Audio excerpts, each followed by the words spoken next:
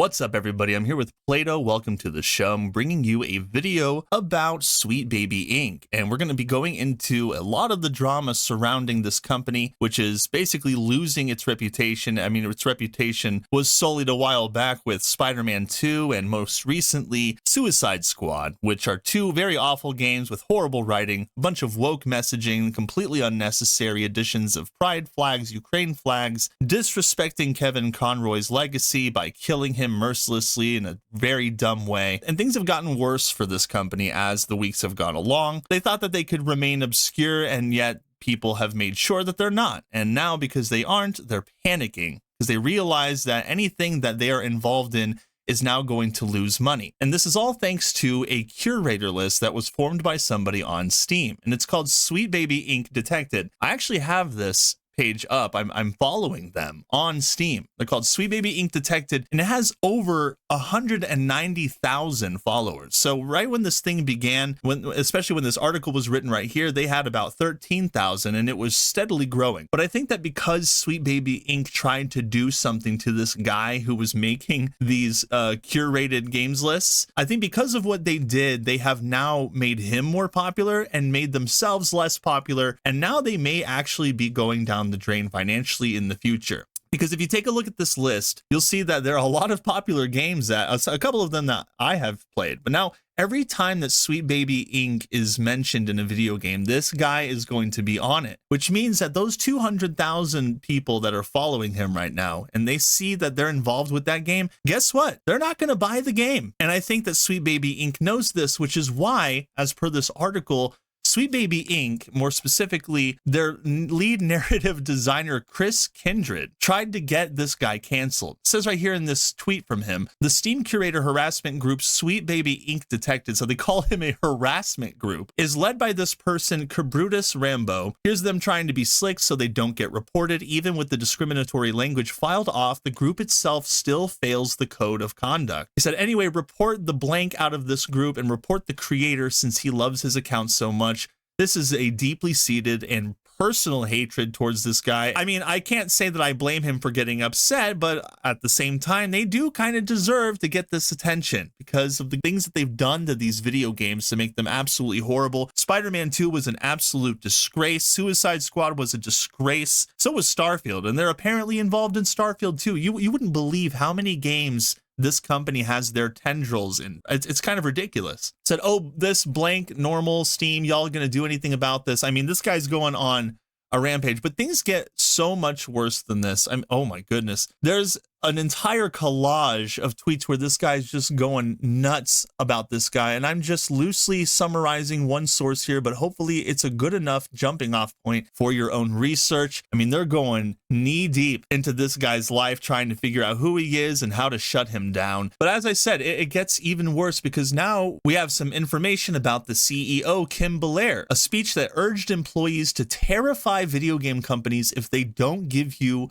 what they want. This is from Fandom Pulse, like the last article was from. Imagine having a company that terrifies their clients into doing what they want. Imagine having that kind of a business model. So Sweet Baby Inc. CEO Kim Belair makes it clear the purpose is to forget about gamers entirely and terrorize video game companies in a statement found on Twitter/X. It highlights their entire philosophy in a way which shows they shouldn't be involved in any productions. Sweet Baby Inc. garnered attention due to its involvement with the latest Rocksteady game, Suicide Squad.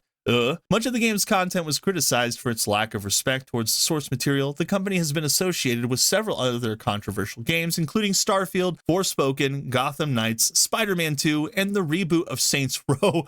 That game was particularly bad. That was a complete disaster in gaming. I mean, that was horrible, which led to the closure of its development studio, Volition. Yeah, they shut down, all thanks to Sweet Baby Inc. Okay, this is more like a Sweet Baby disaster, especially for these dudes. And then, of course, Cabrutus created the Steam curator list, and they're mad at him. But you got to hear the things that this lady says. In the full video clip, Kim Belair makes clear that the Sweet Baby Inc. game dev philosophy is to forget about the core audience, force diversity into games, sneak it in there if necessary, and use terror tactics and threats if you don't get your way. She said at the conference, quote, create moments that are intentionally targeted and designed to create joy in the marginalized. They are going to appreciate this on a level that your core audience won't, but it doesn't mean you're going to exclude your core audience. So, but why is the assumption that the core audience won't appreciate marginalized groups? That's just an assumption that the core audience are a bunch of racists or bigots. And that's a red flag right off the bat. Kim Blair continued, also don't fall into this trap that I think a lot of people fall into, which is they think, okay, don't worry, we can include everyone by making this like a single default universal experience that is universally representative. Because usually, like, all that means, as it did in the dating example, I don't know why dating is used for gaming, is that you're aiming at your core demographic and you're probably invisibly leaning towards the dominant societal voice, even if you don't realize it. And if you're in development and you are part of that dominant voice, you're like a cis hetero white dude or just adjacent to that. Do not wait until the end to call your consultants. Bring them in at the beginning. So like a really big red flag for Sweet Baby Inc. is a cis hetero white dude for some reason. Why is race? I mean, are we really surprised that this is their business model? Of course it is. The cis hetero white dude, you can't have people like that working on video games. That's why you got to bring us in right away so that we can fix your video game. What she also said here is particularly insane to me, saying that it's wrong to create a default universal experience that everybody can enjoy. She's saying that it's wrong to create a universal experience for everyone, because when you do that, you only invisibly lean towards the dominant societal voice. So those voices who are the loudest, they're not getting the most attention because you're trying to create a universal experience that is generally enjoyable for anybody. I don't understand what that means, why she says it, or how that applies positively to making video games. If you're making a video game, why would you not want to make it a universal experience for everybody? You make it for white folk, black folk, Asian folk, whoever folk. I mean, cripples, you know, people who can walk upright. Like, what's the problem with making it universally enjoyable for everybody? Why is it that you have to undermine one group to prop up the other? And that is something that Sweet Baby Inc. is taking into these video games. Like, one group has to be marginalized in order for the other not to be marginalized. I really don't get it. And here she is, by the way, looks totally normal. She added, and instead of asking them, hey, is this very racist thing we did very racist, or is this deeply offensive thing we did deeply offensive? Are you hurt by it? Ask them what they want to see. Like, ask them what would thrill them, what would bring them joy. And if you have a team lead, put that request to them very, very early. If you're a creative working in AAA, which I did for many, many years, put this stuff up to your higher ups. And if they don't see the value in what you're asking for, when you ask for consultants, when you ask for research, go have a coffee with your marketing team and just terrify them with the possibility of what's going to happen if they don't give you what you want. So these companies go up to Sweet Baby Inc. representatives and they're like, hey, is this thing that we did in this game racist? And of course, Sweet Baby Inc. is like, oh, this whole game is racist. We have to change the entire thing. Let us bring some of our quote unquote talented writers, which is what the CEO calls their writing team, talented writers to come in and rewrite Spider-Man, or to add some weird woke missions into Spider-Man 2, or put some Ukraine flags in there, some pride flags in there. You know, make all of these changes that appeal to woke society, you know, the dominant societal voice, as she says. So these companies go and they beg, like, say, wait, is this racist? Should we change this? And of course, Sweet Baby Inc., being the consultants that they are, their grift is to say, yes, we need to make all of these changes. And you have to scare them. She says you have to scare them, terrify them into doing what you want, because that's a very proper and positive business model. To go to these companies and scare them into doing what you want, because that's exactly how cancel culture works. You scare them into the idea that they will be canceled if they do not cater to one group or another. The statements by Sweet Baby Inc. CEO only makes matters worse for the company, which is already embattled in so many problems from the core audience who don't want this nonsense in their entertainment. I don't think people realize how bad things have gotten for Sweet Baby Inc. It has gotten so bad that even Kotaku is defending them. And you know that when Kotaku defends you, you are in deep you know what. Let's check this article out. Sweet Baby Inc. doesn't do what some gamers think it does. Sweet Baby Inc. is not the largest narrative design company in the games industry, nor is it solely responsible for the characters and stories in recent high-profile releases like Alan Wake 2, God of War Ragnarok, and Suicide Squad Kill the Justice League. You know, it sounds like they're kind of tattling on Sweet Baby Inc. with this one. I mean, they're listing the exact games that they're involved in, which is It's probably going to hurt them. Late last month, one of the company's consultants discovered a Steam group dedicated to detecting games. They quote that as if it's like some bad thing that Sweet Baby Inc. has worked on. The purpose? To encourage people to avoid those games because the group had deemed SBI was pushing a woke agenda by working toward greater diversity, equity, and inclusion. This is what the CEO says herself. I wonder what Kotaku is going to say here. The Steam group now has more than 100,000 followers, well, almost 200K now, and its own Discord. What was this, 2 hours ago? Dude, that's crazy. Are they even paying attention? They couldn't have just been 100K 2 hours ago, but apparently it's gone up over 100K since 2 hours ago, so whatever. But this ire against Sweet Baby Inc. and DEI initiatives in general isn't new. In October 2023, Kiwi Farms Post shares similar sentiments, stating that the company's involvement in Remedy's award-winning 2023 action game Alan Wake 2 was possibly one of the biggest scandals in gaming history. You're not doing a really good job of convincing me, Kotaku. The conversation around Sweet Baby Inc. has ignited a fundamentally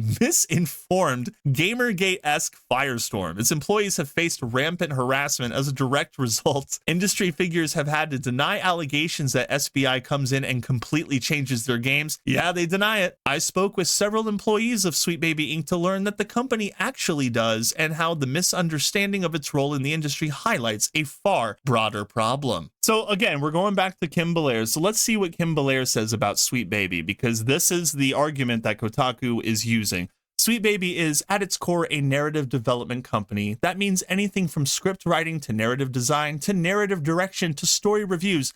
One of the things that we do offer is cultural consultations or authenticity consultations. For us, that generally means that we might be asked to look at a story if there's a character in it who is marginalized in certain ways, and the studio wants us to connect them with a consultant who can bring a little bit of authenticity. But the perspective is never that we're coming in and injecting diversity. For the most part, it's the reverse. It's that a company has created a character and they want to make that character more representative and more interesting. And that is indeed interesting. It says right here, Sweet Baby co-founder David Bedard adds that, contrary to popular belief, the people making these games want to make the experience better for all players. Well, the complete opposite is true, though. The experience for players is subpar to truly awful. I mean, the writing in these games makes the characters completely unenjoyable, makes the game unenjoyable. It makes the gameplay feel superficial, surface level, and empty. And that's before all of the woke writing. But the writing in general for some of these games is just bad, before you even insert all of your societal ideologies. Detractors would rather believe that there's a shadowy cabal of people forcing them to put that stuff in. They would rather believe a make-believe fairy tale than accept that. Well, the CEO says herself that that's exactly what they do. They have lunch with these companies and they scare them into changing these things in these games. So, I mean, maybe they come to them for some help, like, hey, we got a diverse character in this game, but we don't know if we're representing them the proper way. Maybe you could change that. And these dudes go above and beyond and they scare these companies. Why do you have to scare them? That's my problem with it. Why do you have to scare companies into doing what you want? Well, how about you give them a real convincing argument why your changes to their video game will make it beneficial for other players? Because right now, I'm seeing 200,000 people following this Steam curator page who don't want anything to do with your games. I mean, take a look at Suicide Squad, Kill the Justice League. How many concurrent players does that thing have right now? 200? And that number is probably going to go way down the more that Sweet Baby Inc. is exposed. Okay, 200 people playing your game. They came out and admitted that Suicide Squad was a financial failure, that it failed to meet their expectations, which, by the way, it makes completely no sense that after they say that, Warner Bros. Comes out and is like, so that live service stuff that is failing and is making all of these players mad, we're just going to keep going with it, and we're going to double down and make sure that all of our games in the future incorporate some form of live service. So, I mean, Warner Brothers has lost their mind. Sweet Baby Inc. and its CEO have lost their minds. I mean, it's clear that they completely backpedal on the things that they say. They lie and say that they don't do this, but they really do that. The CEO said it herself. I mean, it's a complete mess for Sweet Baby right now. Quote, making something more representative and more joyful for a marginalized person in a video game is not a zero-sum game. It doesn't make anything worse for the male character in the game, for the white character in the game, but yes, it actually does. Spider-Man 2 is a perfect example of sidelining the white hero so that the marginalized characters can take center stage and take up most of the gameplay and also be the heroes for the overall plot and the ending. So yes, those characters are being completely sidelined. I don't think people realize how different Spider-Man 1 and Spider-Man 2 are. They're completely different games narratively, visually. It's insane how different they are. And when you start to uncover the Sweet Baby Inc. stuff, and you really start to pay attention to the writing in these games, you can tell right away how heavy their involvement is. It's absurd. I mean, the CEO just tried to justify and rationalize. She says they can't imagine that we're just talented writers, like I said earlier, that we're talented narrative designers, and that people are hiring us because we tell good stories, because we collaborate well, and because we write video games. You don't write good video games or good stories. That much is apparent. If that were true, your games would be making a killing. And they're not. And there's a reason for that. They have to diminish our accomplishments to our identities. They can't imagine that the work I did on Spider-Man was story work versus adding pride flags.